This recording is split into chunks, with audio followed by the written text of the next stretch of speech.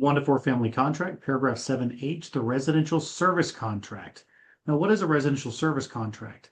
That is a contract that the buyer can purchase from an administrator licensed to do it. One of those that I have here is a claimed home warranty.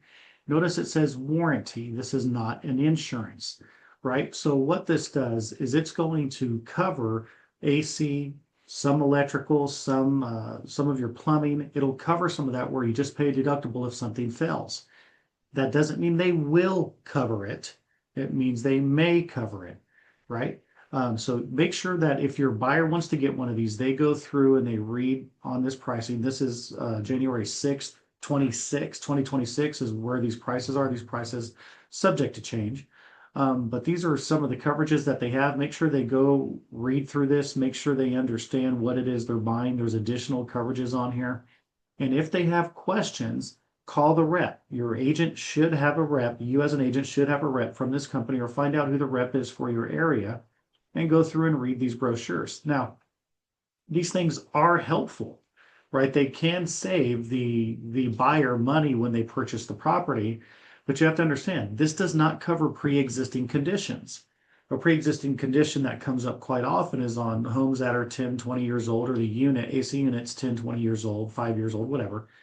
If there's rust on the coil and then the system goes out and the cause is a failed coil, that's probably not going to be covered because rust is a pre-existing condition. Make sure that you understand that. Now, how can I make sure that I have my warranty will cover things like that? I can never make sure 100%, but how can I mitigate that issue?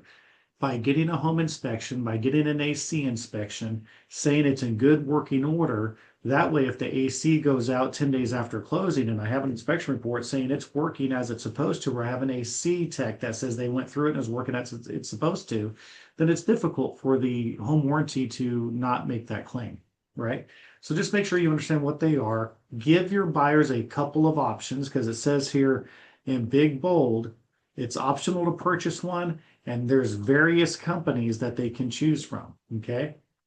Now, what this says right here is the buyer may purchase, and the buyer may also ask the seller to reimburse the buyer up to a certain amount for that home warranty.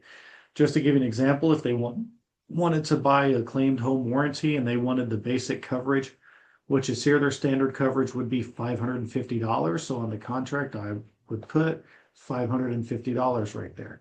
If they want a different coverage, then I might maybe the premium coverage or the best value coverage, then on the contract, I might ask the seller to pay for that.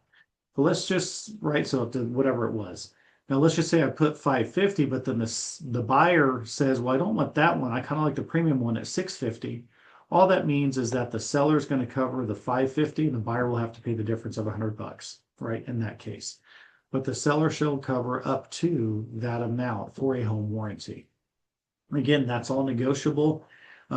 First-time home buyers, that will help mitigate their doubt when they're buying. They're afraid things are going to go wrong. This can help with that. This could help the seller by offering to pay for a home warranty to get that buyer over that hump to move forward with the purchase of the property.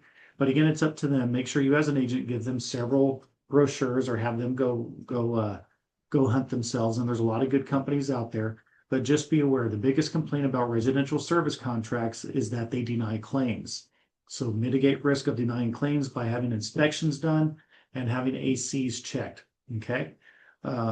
Residential service contract, if we want the seller to pay for it for the buyer, that's where we're going to do it in the contract.